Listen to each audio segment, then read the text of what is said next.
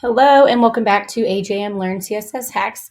Today I have a super easy one. I want to show you how to remove the logo on one page. So when I use this is typically maybe something like this. So I would have every now and then I have a client that I'll create some like big statement hero that has their logo featured, or clients who want a splash page or more of a splash page kind of feel, and again features their logo really large. So obviously this is very repetitive. We don't need this one in the header, but we don't want to get rid of it completely because we want it on other pages. So we just simply take it off one single page.